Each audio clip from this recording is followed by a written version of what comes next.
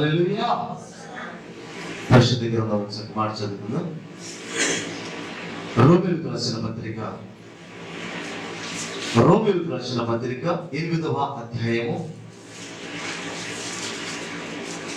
35వ వచనాన్ని చదువుతున్నాను, గమనించండి. 35వ వచనం, క్రీస్తు ప్రేమ నుండి మనలను ఎడబాపు వాడేవాడు శ్రమ అయినను, బాధ అయినను, హింస అయినను, కరువైనను, వస్త్రహీనత అయినను, ఉపద్రవమైనను, ఖడ్గమైనను మనలను ఎడబాపున. ప్రభు వాక్యాన్ని దీవించింది గాక. హల్లెలూయా. చక్కటి మాటలు మనం చూస్తున్నాం. క్రీస్తు ప్రేమ నుండి మనలను ఎడబాపు వాడేవాడు.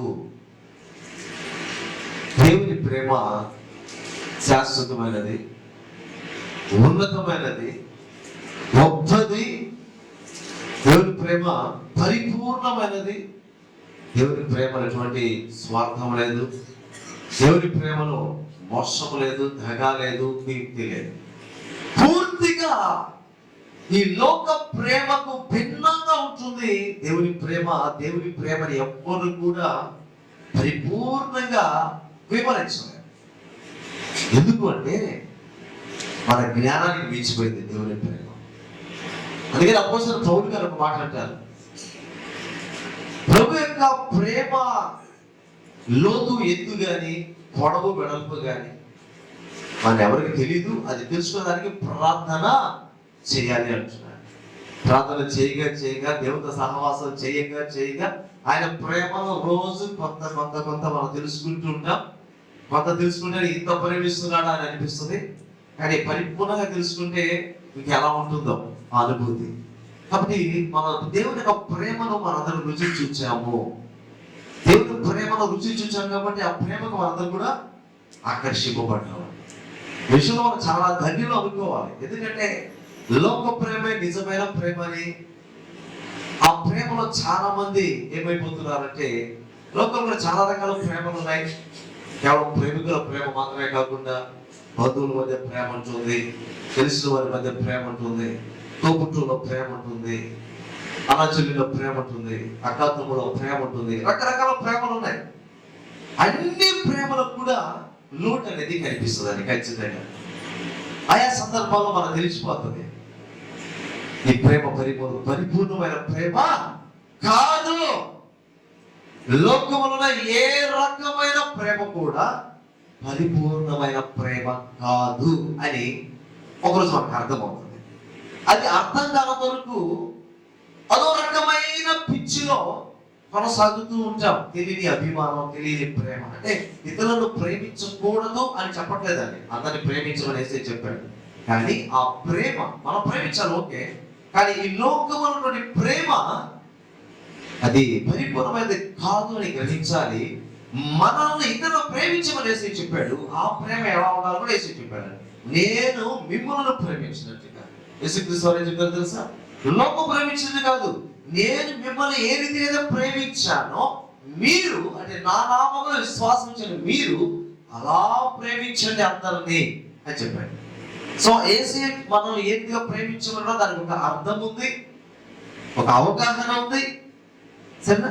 కానీ ఈ లోకంలో యేసయ్య ప్రేమను తెలుసుకోకముందు లేక గ్రహించక ముందు మనంతా ఎలా ఉన్నట్లంటే కేవలం ఈ లోక ప్రేమ చాలా గొప్పదన్నట్టుగా, దీని మించింది లేదన్నట్టుగా, మరి ఏదేదో ఊహించుకొని కొన్నిసార్లు ఆ ప్రేమ నిజమైనది కాదు అనిపించినప్పుడు, ఆ ప్రేమ మనం కోరుకున్నట్టుగా లేదు అని మనం అనిపించినప్పుడు చాలా నిరుత్సాహానికి గురిపోయిన పరిస్థితులు వచ్చేసి ఇంతే ఈ మనుషులంతా నాకు మాట్లాడుకొని కాస్త బాధపడి వేదన పడి అవసరమైతే కాస్త కన్నీరు కార్చి వారితో ఎవరైతే ప్రేమించో వారి మీద ద్వేషం వచ్చేసి వారితో కొంతకాలం మాట్లాడకుండా మళ్ళీ ఏదో సందర్భం వస్తే మళ్ళీ మాట్లాడటము ఇలాంటివి మన జీవితాల్లో ఎదురవుతున్నాయి. కానీ ఈరోజైతే మనం అందరికి కూడా ఒకటి తెలుసుకున్నాం. ఏం తెలుసుకున్నామంటే యేసయ్య ప్రేమ శాశ్వతమైన ప్రేమ, నిజమైన ప్రేమ. ఆ ప్రేమకు సాటి అయిన ప్రేమ అంటే ప్రపంచంలో ఎక్కడ ఎవరిలో ఉండదు అన్నది స్థిరమైనటువంటి ఆలోచనకు వచ్చాం కాబట్టి ఇక మనం మనుషుల ప్రేమ కోసం పాకులు ఆడే పరిస్థితి మనకు ఉండదు. పాకులాడ వాడు ప్రేమించాలి, వీళ్ళు ప్రేమించాలి, వాళ్ళ అభిమానం చూపాలి, వీళ్ళ అభిమానం అన్న పాకులాట అన్నది హృదయం నుంచి వెళ్ళిపోతుంది. ఏంటంటే ఏసే మనం ప్రేమించాలి, ఆయన ఎలా అయితే ప్రేమించాడో మనం కూడా అలా ఎక్కడ ప్రేమించాలి. ఏసే చెప్పాడు కదా, మనం ప్రేమిద్దాం.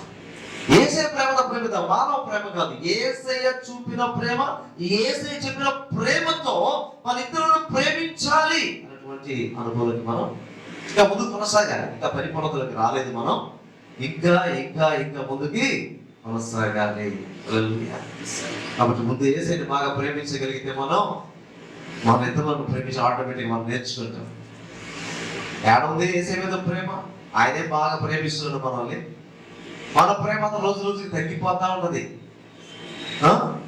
మన ప్రేమ తగ్గిపోతా ఉంటది ఏసై మీద. ఏసై నమ్ముకున్న వాళ్ళ పరిస్థితి కూడా ఎలా ఉంటుందంటే, ఆరంభంలో యేసుక్రీస్తు వారిని తెలుసుకొని ఆయన ప్రేమను రుచి చూసినటువంటి ఆరంభ దినాలు ఉన్న ప్రేమ తర్వాత ఏమవుతుంది? పోను పోను పోను. ప్రేమ అంటే ఎలా ఉంటుంది? ఆరంభ దినాల్లో ఏసై మీద ప్రేమ ఎలా ఉంటుంది? అబ్బో, చాలా సంతోషించేస్తాం, ఆనందించేస్తాం. ఇలాంటి ప్రేమ నాకు తెలియదు, నేను వినలేదు, చూడలేదు, రుచి చూడలేదు అనుకుంటారు. మంచిదే. కాబట్టి ఎప్పుడు చూసినా యేసయ్య యేసయ్య యేసయ్య మనసులో ఒకటే ఆయన గురించిన ఆలాపన ఉంటుంది, ఆలోచన ఉంటుంది యేసయ్య గురించి. ఎప్పుడు పడినప్పుడు దేవుని మరి పాటలు ధ్యానించడం కానీ, అలాగే పాటలు పాడుకుంటాడో, హృదయంలో పాటలు పాడుకుంటాడో, ఎక్కడున్నా పాటలు పాడుకుంటాడో, ఎవరైనా కనిపిస్తే వాళ్ళకి ఎంతో కొంత సాక్ష్యం పంచుకోవడం, యేసయ్య చేసిన వేళను చెప్పుకోవడం, ఆయన చేసిన అద్భుతాలు షేర్ చేసుకుంటూ ఉంటాము. వీలైతే ఒక సువార్త కూడా చెప్తాము. మరి ఎప్పుడిప్పుడు ఆ దేవుని ఆలయం ఉంటుందా అని పరుగు తీయడానికి సిద్ధపడతాం. మెల్లమెల్లగా ఏమవుతుందో తెలుసా? మన బుద్ధి బట్టి చూపిస్తారు కదా, మనుషుల దగ్గరే కాదు, దేవుని దగ్గర మన బుద్ధి ఎంతో మనం చూపిస్తాం. మెల్లగా తగ్గిపోతూ వస్తుంది, స్టెప్ స్టెప్ స్టెప్ తగ్గిపోయి ఏమో తెలుసా, యేసే నమ్ముకోకముందు ఎలాగైతే మనుషుల ప్రేమ కొరకు పాకులాడుతున్నారు, బాగా అర్థం చేసుకోండి. యేసే నమ్ముకొని ఆ ప్రేమ రుచి చూసి కొంతకాలం ఎప్పటికీ మెల్లగా యేసే ప్రేమ తగ్గిపోతుంది. మళ్ళా మానవ ప్రేమ కొరకు పరుగులు తీసుకుంటారు దేవుని బిడ్డలు. మరలా ఎలాగా? ఇక దేవుని గురించి పెద్దగా ఆలోచన ఉండదు. ఆయన ప్రేమిస్తున్నాడే, మాకు అన్ని తెలిసిపోతుంది బైబుల్లో, మమ్మల్ని ప్రేమించమని చెప్పాడు, అంతే కదా, ఇంకేముంది అన్నట్టుగా అయిపోయి మరలా మానవ ప్రేమ కొరకు పరుగులు తీస్తూ ఉంటారు. దేవునికి ఎక్కువ సమయం ఇవ్వకుండా మనుషులకి సమయం ఇస్తుంటారు. మనుషులతో మాట్లాడటానికి అక్కడికి వెళ్ళాలి, ఇక్కడికి వెళ్ళాలి, వాళ్ళతో మాట్లాడాలి, వీళ్ళతో మాట్లాడాలి, మా బంధువులు, మా చుట్టం, మా ఫ్రెండ్స్, వాళ్ళు మాకు తెలిసిన వాళ్ళు, లేక మేము అభిమానించే వాళ్ళు అనేసి వాళ్ళ దగ్గర వాళ్ళ గురించి పాకులాడడం, వాళ్ళ గురించి ఎక్కువ ఆలోచన చేయడం. ఎక్కడ సువార్త చెప్పాలనిపించదు, హృదయంలో దేవుని పాట ఉండదు, దేవుని స్తుతించే హృదయం ఉండదు, మనసు ఉండదు, దేవుని గురించి ఆలోచన ఉండదు. ఆ పని ఈ పని, అక్కడికి పోతే అది వస్తుంది, ఇక్కడ పోతే ఇది వస్తుంది, వాళ్ళు రమ్మన్నారు, వీళ్ళు రమ్మన్నారు, అన్నీ అయిపోయి లోక వ్యవహారంలో పడిపోయి క్రీస్తు ప్రేమను అనుభవిస్తున్న వారు సైతము క్రీస్తు ప్రేమకు దూరంగా వెళ్ళిపోయినట్టుగా ఉంటారండి. మరి ఒకటి గమనించండి, నువ్వు మారిపోతావేమో కానీ, నీ ప్రేమ మారిపోతుందేమో కానీ, నీ మీద యేసయ్య చూపుతున్న ప్రేమ ఇంత కూడా మారదండి. వాస్తవం అది. మన అనుభవాల కోసం మనకు అర్థమవుతుంది. ఒకరోజు పశ్చాత్తాపడతాం, అవును యేసయ్య, నా ప్రేమ మారిపోయింది యేసయ్య, మొదట్లాగా నేను నిన్ను ప్రేమించడం లేదు యేసయ్య, కానీ నువ్వైతే అప్పుడు ఎలా ప్రేమించావో ఇప్పుడు అలాగే ప్రేమిస్తున్నాను యేసయ్య, ఇప్పుడు అలాగే ప్రేమిస్తున్నాను. ఏదో రోజు దేవుని దగ్గర పశ్చాత్తాపడతాను. కానీ ఇక్కడ యేసుక్రీస్తు శిష్యులు చెప్తున్న మాట తెలుసా? యేసయ్య ప్రేమ నుంచి ఏది కూడా మమ్మల్ని వేరు చేయలేదు. యేసయ్య ప్రేమ మా మీద అంత అమితంగా ఉంది, మేము కూడా యేసయ్యని బాగా ప్రేమిస్తున్నాం. చాలా జాగ్రత్తగా ఉండాలి విషయం. ప్రపంచం అంతా ఎటో పరుగు తీస్తుంది, ఎక్కడికి పరుగు తీస్తుందో వాళ్ళకే తెలియదు. వాస్తవం అది. వాళ్ళు ఏమైపోతున్నారో వాళ్ళ జీవితాన్ని గురి ఏమిటో, గమ్యం ఏమిటో వాళ్ళకి ఆలోచనే లేదు. కానీ మొత్తానికి వెళ్తున్నారు, ఎక్కడికో వెళ్తున్నారు. లోకస్తులంతా వాళ్ళ జీవితం ఎటు వెళ్ళిపోతా ఉంది. రోజులు గడిచిపోతున్నాయి, వారాలు గడిచిపోతున్నాయి, నెలలు గడిచిపోతున్నాయి, సంవత్సరాలు గడిచిపోతున్నాయి. బాల్యం నుంచి యవ్వనం నుంచి మరి మధ్య వయసులోకి వస్తున్నారు, వృద్ధాప్యంలోకి వస్తున్నారు, ముసలు అయిపోతున్నారు, చచ్చిపోతున్నారు. ఈ లోపల ఆడాల్సిన ఆటలంతా ఆడేస్తున్నారు. జీవిత పరమార్థం ఏంటో, అసలు ఎందుకు పుట్టామో, ఎందుకు బతుకుతున్నామో, అసలు ఏం చేయాలని భూమి మీదకి వచ్చామనే ఆలోచన ప్రపంచంలో చాలా తక్కువ మందికి వస్తుంది ఆలోచన. మిగతా వాళ్ళందరూ ఏదో ఎంజాయ్ ఎంజాయ్ ఎంజాయ్ అంటే చేసిపోవడం. వాళ్ళు తెలిసిందంతా ఎంతకాలం బతకదా తెలియదు, కానీ బతికి ఎంజాయ్ చేసి చేసిపోవడం. వస్తే ఆడిపోతావా తెలుసా, అసలు ఎందుకు పుట్టావో తెలుసా. జ్ఞానం కలిగిన వాళ్ళు ఆలోచిస్తారు, నేను ఎందుకు పుట్టాను, నేను భూమి మీద ఎందుకున్నాను, నేను ఇప్పుడు చచ్చిపోతే ఎక్కడికి పోతాను, నా జీవితం ఏంటి, నా జీవితానికి అర్థం ఏంటి. తిని తాగడం తందనాలంటూ అంతేనా? పెళ్లి చేసుకున్నావు, 4 పిల్లకాయలు కనేసావా, డబ్బు సంపాదించుకున్నావు, ఉద్యోగం చేసుకున్నావు, వ్యాపారం చేసుకున్నావు, తిరుగుతానే ఉన్నావా, ఒకరోజు ముసలి అయిపోయావు, చచ్చిపోయావు, అంతేనా? అందుకే భూమి మీద వచ్చింది వాళ్ళందరూ కూడా. కేవలం మన పనులు చేసుకునేదానికైనా దేవుడు మనం పుట్టించింది. మన పనులు మనం చేసుకోవడం మంచిదే, కానీ సృష్టికర్త దేవుడు తెలుసుకోవాలి, ఆయన ప్రేమ తెలుసుకోవాలి, ఆయన ప్రేమించాలి, ఆయన ప్రేమను మనం పొందుకోవాలి. ఇక్కడ అపోస్తలులు ఏం చెప్తున్నారు చూడండి, శిష్యులు ఏం చెప్తున్నారు చూడండి. క్రీస్తు ప్రేమ నుండి మనల్ని ఎడబాపువాడెవడు. ఇవే గ్రంథాలు మనం వెళ్ళినట్లయితే ఆయన ప్రేమ ఎంత గొప్ప గొప్ప మాటలు మనం చూసుకోవచ్చు. ఇసే ప్రేమ ఇర్మియా 31:3, ఇర్మియా గ్రంథం 31:3 చాలా కాలము క్రిందట యెహోవా నాకు ప్రత్యక్షమైగా నేను శాశ్వతమైన ప్రేమతో నేను నిన్ను ప్రేమించుచున్నాను గనుక విడువక నీ ఎడల కృప చూపుచుచున్నాను. నేను చెప్తున్నాను, శాశ్వతమైన ప్రేమతో నేను నిన్ను ప్రేమిస్తున్నాను గనుక. కాబట్టి శాశ్వతమైన ప్రేమ దేవుని ప్రేమ, ఆ ప్రేమతో మనం ప్రేమిస్తున్నాం. కాబట్టి విడువకుండా, ఎలాంటి పరిస్థితులు కూడా విడువకుండా చూపుతూనే ఉన్నాడు మన యేసు. అలా బాధపడవలసిన విషయం ఏమిటి అంటే, దేవుని ప్రేమని ఎరగని లోకస్తుల్లాగా దేవుని ప్రేమ రుచి చూచిన దేవుని బిడ్డలు కూడా మారిపోతే ఏంటి పరిస్థితి? లోకస్తులకు తెలియదు, ఓకే పక్కన పెట్టేద్దాం. నీకు బాగా తెలుసు కదా దేవుని ప్రేమ, దేవుని ప్రేమ నువ్వు రుచి చూసావు కదా, మరి నీ పరిస్థితి ఏంటి?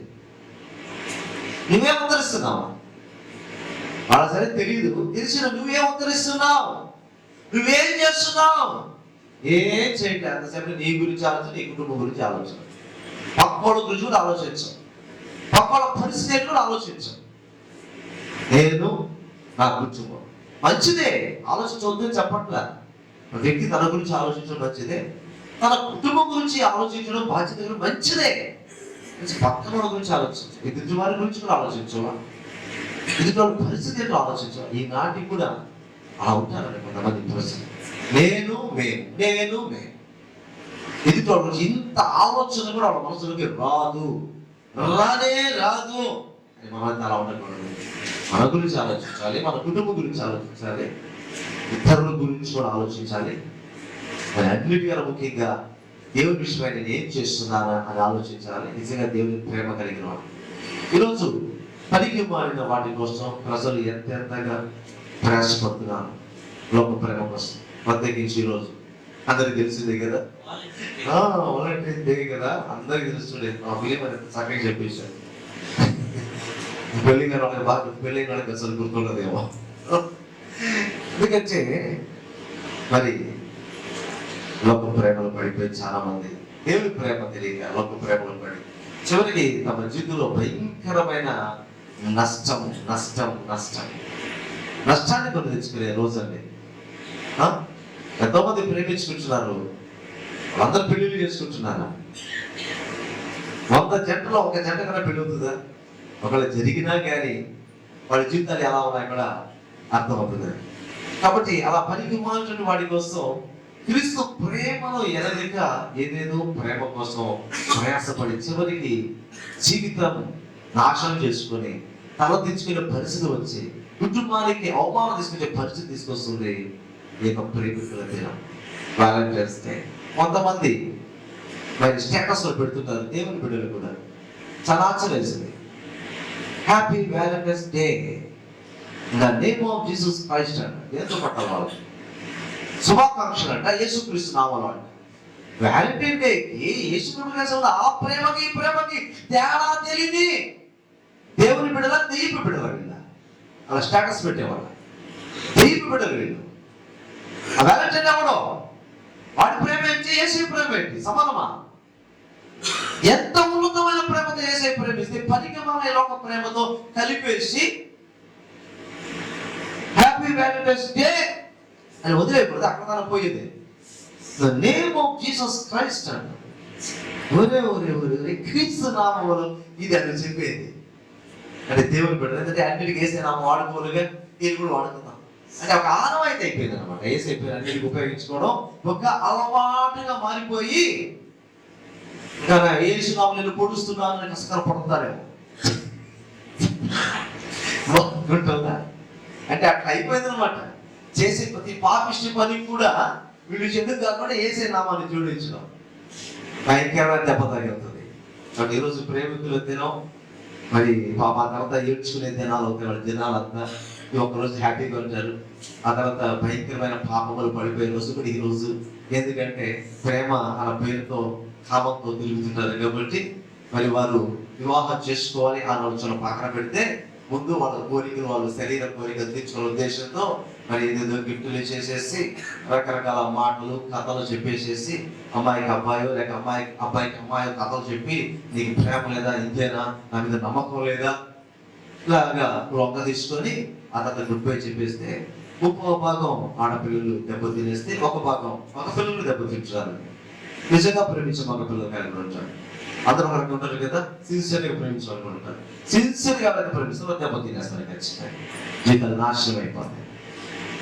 పెళ్లికి ముందే బిడ్డలు కనేసి లేదా చెత్త కుప్పలు వేసేసి మురికి కాలంలో వేసేసి తల్లిదండ్రులు ఎక్కడో తీసుకొని పెట్టేసి ఆ బిడ్డల్ని ఎంత దారుణమైన పరిస్థితులు తెలుసా, ఎంత ఘోరమైన పరిస్థితులు తెలుసా.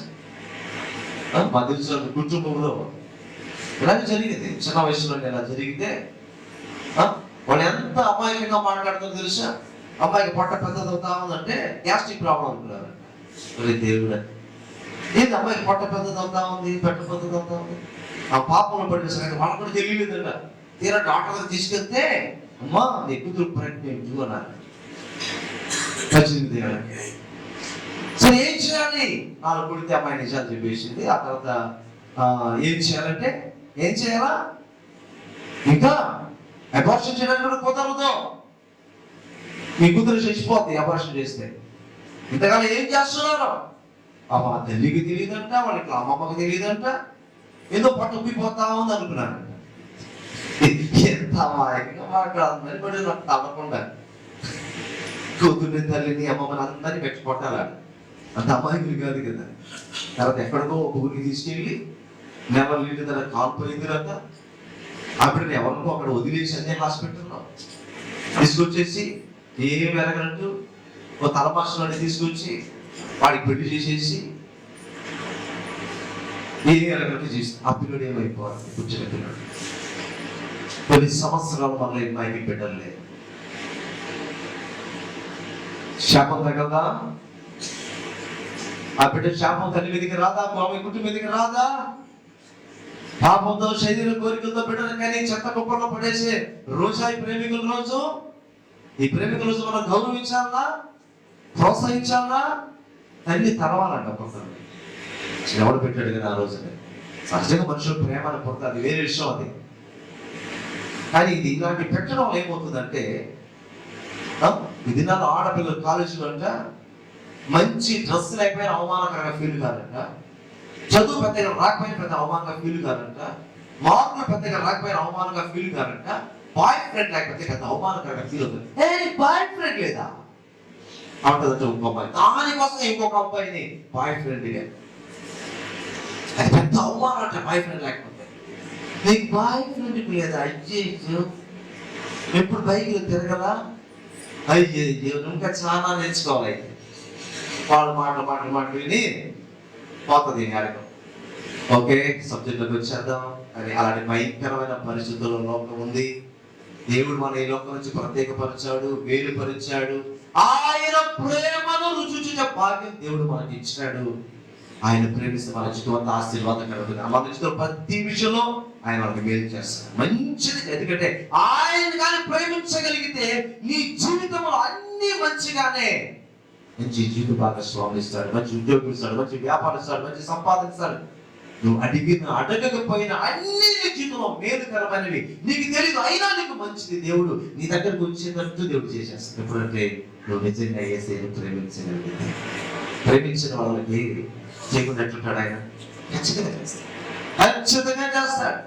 ఇక్కడ మీరు చెప్తున్న మాట చూద్దాం. ఎలాంటి పరిస్థితులు కూడా యేసు ప్రభు ప్రేమ వచ్చి మమ్మల్ని వేరు చేయలేదు అని యేసు ప్రభు శిష్యులు చెప్తున్నారు. ఎలాంటి పరిస్థితులు అంట?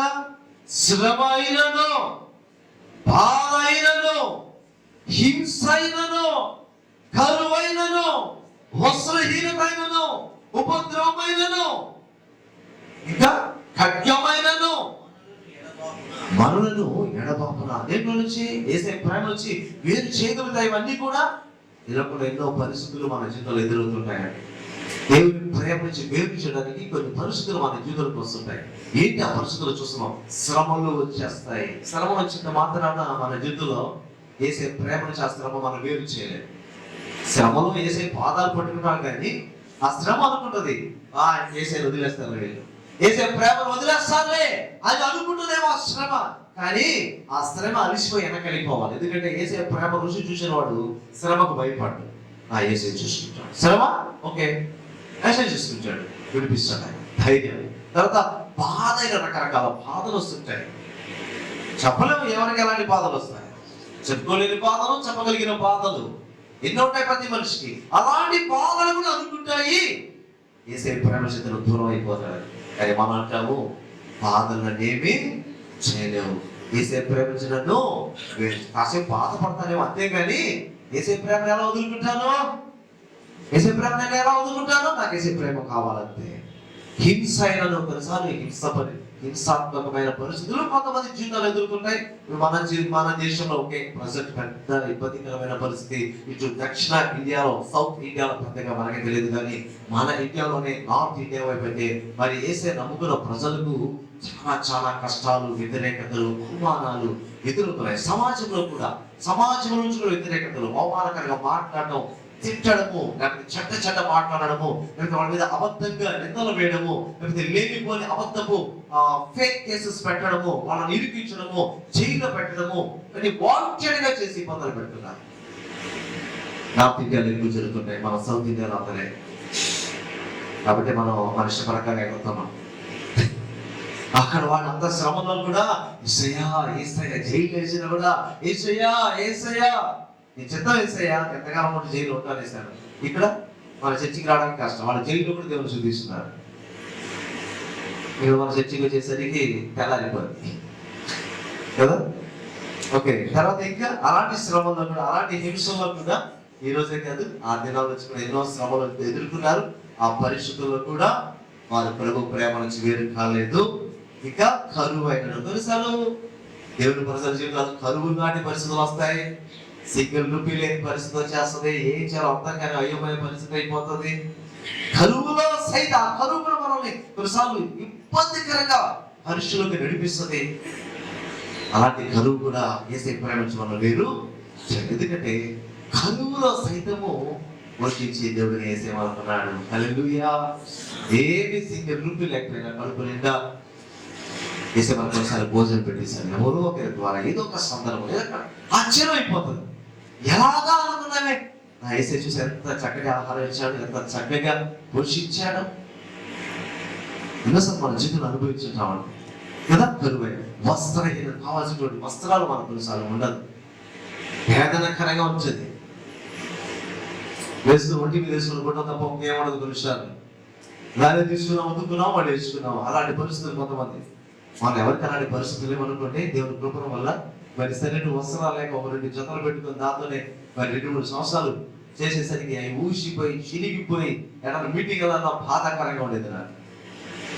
ఏమి ఇస్తున్నావు, ఏమి అన్ని ఉతికి ఊసిపోయి కొన్ని చినిగిపోయి ఏమి ఇస్తే వెళ్ళాలి దాన్ని వేసుకొని ఎవరేమో నాకు ఉండేది ఇది. ఈరోజు దేవుడు ఎంతో చక్కగా మంచి వస్త్రాలు అందించాడు. అదొక అనుభవం అంతే, అనుభవం నేర్పించాడు అంతే, బాధ పెట్టాలని కాదు నన్ను. ఒక అనుభవం. ఆ రోజు ప్రజలు ఇంకా నాకు ఎలా ఉన్నారు, ఈ రోజు ఎలా ఉన్నారు. ఆ రోజు ఎవరు పట్టించుకునే పరిస్థితులు, నాకు ఎంతోమంది పట్టించుకునే పరిస్థితులకు వచ్చారు. ఇలాంటి పరిస్థితుల సమర్థంలో వస్త్రహీనత ఉపద్రవమైనను, ఖడ్గమైన మన ఎడబాపున ఉపద్రవం, సడన్ గా వచ్చే భయంకరమైనటువంటి ప్రమాదాలు, ఊహించని ప్రమాదం అకస్మాత్తుగా వచ్చేస్తాయి మన జీవితంలోకి.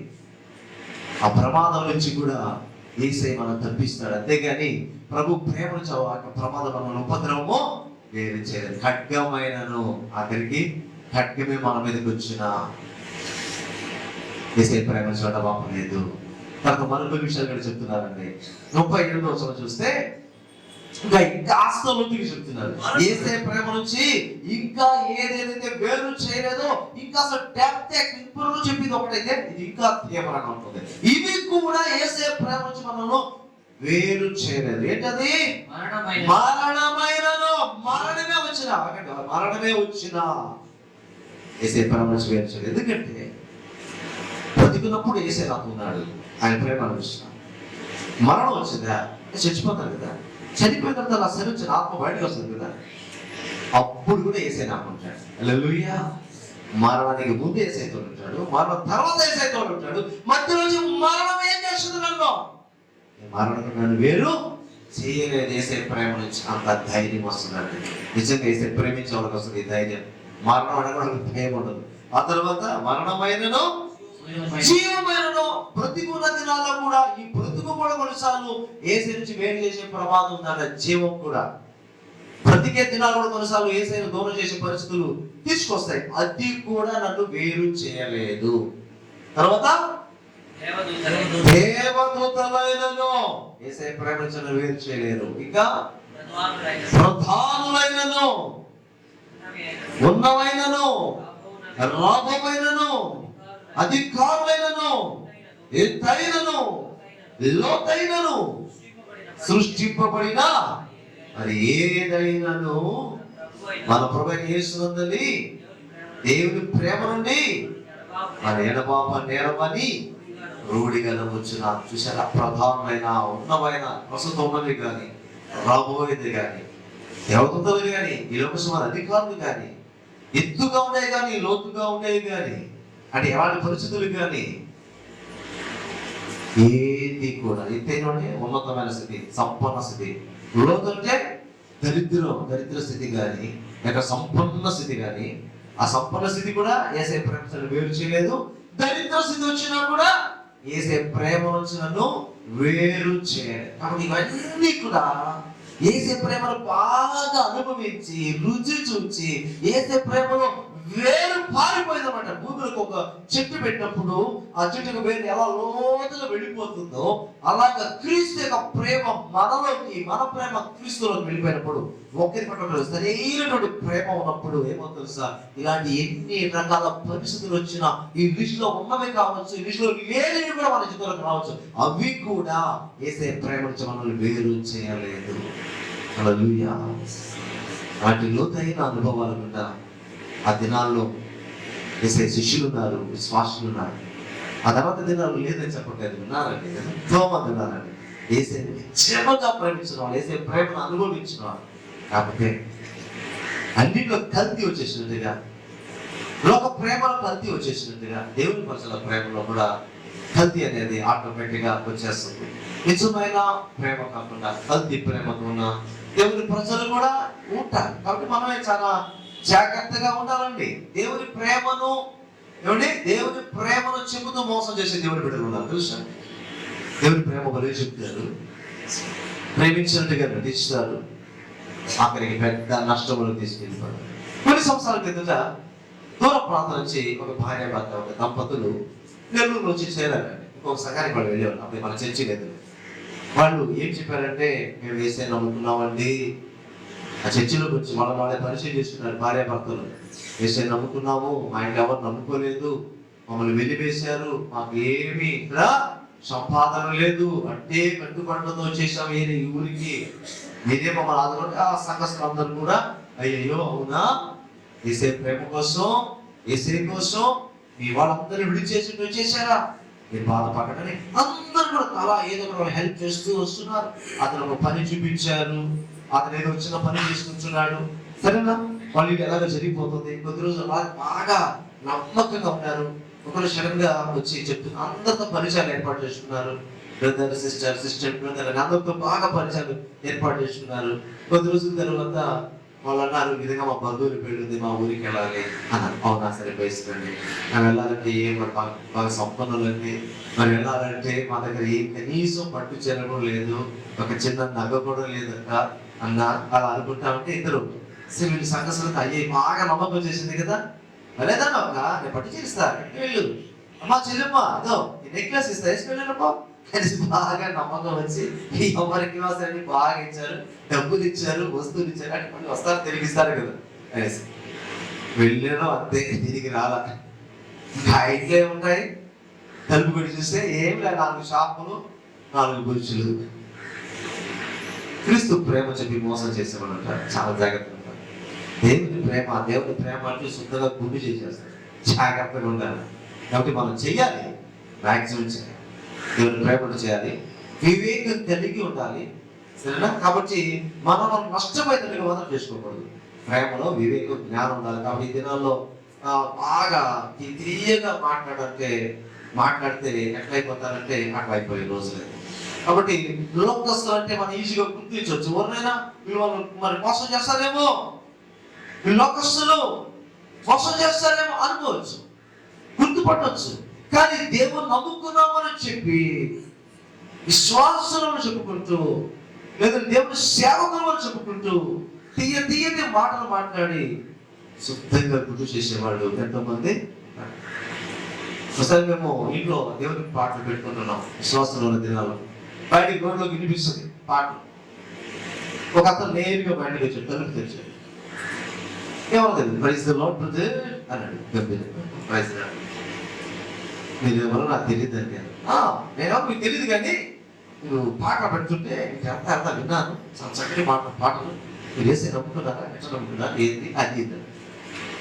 మేము ఇలాగ స్వాట్సం ఇలాగ సాక్ష్యాన్ని చెప్తున్నాం. ఆయన ఇంటికి వచ్చాడు కదా, నేను కాఫీ ఇచ్చి గౌరవించి పంపించి మళ్ళీ పక్క రోజు వచ్చాడు.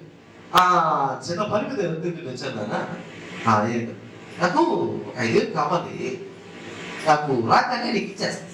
ఎవరో నాకు ముందు రోజు వచ్చాడు, పాట విన్నాను, లోపల వచ్చాడు, పక్క రోజు చూస్తే మళ్ళీ కూర్చోండి, మళ్ళీ కాఫీ ఇచ్చాము. ఆయన అంటాడు వెళ్ళగా, ఎవరు నేనెవరిని పరిచయం, ఒక 5,000 ఇస్తే అసలు ఈ శబ్దం తెలియదు, ఎక్కడో కూడా తెలియదు, ఇస్తే ఈత రాగానే ఇచ్చేస్తాను. మాకు అంత స్థితి లేదండి, మా పరిస్థితులు వేరే, మేము ఇవ్వలేము, క్షమించండి, బుద్ధి ఇచ్చి పంపించేస్తాం. ఇలాగ చాలా జాగ్రత్తగా ఎవరిని పట్టే వాళ్ళని ఏసై నమ్ముకున్నారు కదా అనేసి ఏసై పేరు చెప్పుకొని వచ్చేవాళ్ళు, బైబిల్ చేత పట్టుకొని మోసం చేసేవాళ్ళు ఉంటారని చెప్పట్లేదు, ఉంటారు. అలాంటి వాళ్ళ కాలం ఇది అంతిమ దినాల్లో అలా ఉంటారట. బైబిల్ చెప్తుందండి, బైబిల్ చెప్తుంది మోసకరమైన వాళ్ళు వస్తారు, దేవుని ప్రేమను చెబుతూనే మోసం చేసేస్తారు. అస్మచ్చంత దేవుని ప్రేమ నిజంగా నువ్వు రుచి చూస్తే ఎదుటివారి యొక్క ప్రేమ అది వాస్తవంగా సులభంగా గుర్తించగలదు. ప్రేమ, క్రీస్తు ప్రేమ రుచి చూచావు, క్రీస్తు ప్రేమలో శక్తి ఉంది. ఆ శక్తి ఎదుటి వారి నటనను బయట పడేస్తుందండి, ఖచ్చితంగా బయట పడేస్తుంది. సులభంగా నువ్వు కనుక్కుంటావు, మోసపోవు. జాగ్రత్త. చేసే ప్రేమ మనం ఏది మనం ఎడబాప నేరదు అన్న విషయాన్ని రూఢిగా గుర్తుపట్టుకొని మనం కూడా అలాగే క్రీస్తును ప్రేమించేవారుగా, క్రీస్తును నిలబడి ఆయనను వెంబడించేవారు కదా. కేవలము అవసరానికి వాడుకునే పరిస్థితి మనమైతే ఉండకూడదండి. అవసరానికి వాడుకొని వదిలేసే రకాలుగా ఉండకూడదు. దేవుణ్ణి నిజంగా నమ్ముకో, నీ జీవితం ప్రతి అవసరం తీరుస్తాడు. నువ్వు ఏదైనా వేసైనా అడగవచ్చు, తప్పు లేదు. నువ్వు ఏదైనా నీ అవసరం అడగవచ్చు, నీ సమస్యలు చెప్పవచ్చు, అందుకు చేస్తే నువ్వు విడిపిస్తాడు, మంచిదే. అని కొంతమంది జీవితాలు ఎలా ఉండదంటే ఏసై ద్వారా ఏదో ఒక మేలు, ఆ మేలు పొందిన తర్వాత ఇంకా ఏసైని వాడు వదిలేస్తారు. అలాంటి పరిస్థితి అయితే మనం ఉండకూడదు. అది నిజమైన ప్రేమ కాదు. నిజంగా ప్రేమిద్దాం, ఆయన ద్వారా గొప్ప మేలు అనుభవిద్దాం, గొప్పగా ఆశీర్వదింపబడతాం. కాబట్టి మనం కూడా ఇలా చెప్పగల రోజు ఏసై ప్రేమ నుంచి ఏది ఉన్నదో ఎడబాప నేరము అని ఖచ్చితంగా ఒక రోజు మనం చెప్పగలగాలి. హల్లెలూయా. చెప్పగలవా? చూద్దాం పరిస్థితులు వచ్చినప్పుడు చూద్దాం. దేవుడు చూసాడు కదా. హల్లెలూయా. ఇక్కడ చెప్పొచ్చు బాగా మీరు అలాగే చెప్తామండి అంటారు. నేను చూస్తానా, మీరు చూస్తారా? దేవుడు చూస్తాడు మన అందరినీ. ఆ పరిస్థితి వచ్చినప్పుడు గుర్తు చేస్తాడు. తనకాయ ఊపేవాడా చర్చిలో? చేతులు ఇచ్చావే, చేతులతోనే అని మరి అలవాటు అయిపోయింది సేవకులు అందరికి. ఎక్కడ నా చేతులు అందరూ ఎత్తాడు చేతులు. ఎందుకు చెప్పారో కూడా తెలియదు. వీళ్ళు ఎత్తితే వీళ్ళు ఎత్తాం. అలా చెప్పట్లేదు కానీ ఇక్కడ దేవుడికి ఒక రోజు మనందరూ కూడా నిలబడితే ఆశ్చర్యపడతారు, నిలబడకపోతే అయినా కూడా దేవుని ప్రేమ వెంబడిస్తానే ఉంటుంది. శాశ్వతమైన ప్రేమ దేశంలో ప్రేమిస్తున్నాడు. అంత ప్రేమిస్తేను మన ఆరాధన చేద్దాం. ఆ ప్రేమలో నిలిచి కొనసాగుతాం. ప్రేమిస్తాను చేశారు. మరి మీకు ఆశీర్వదించును గాక.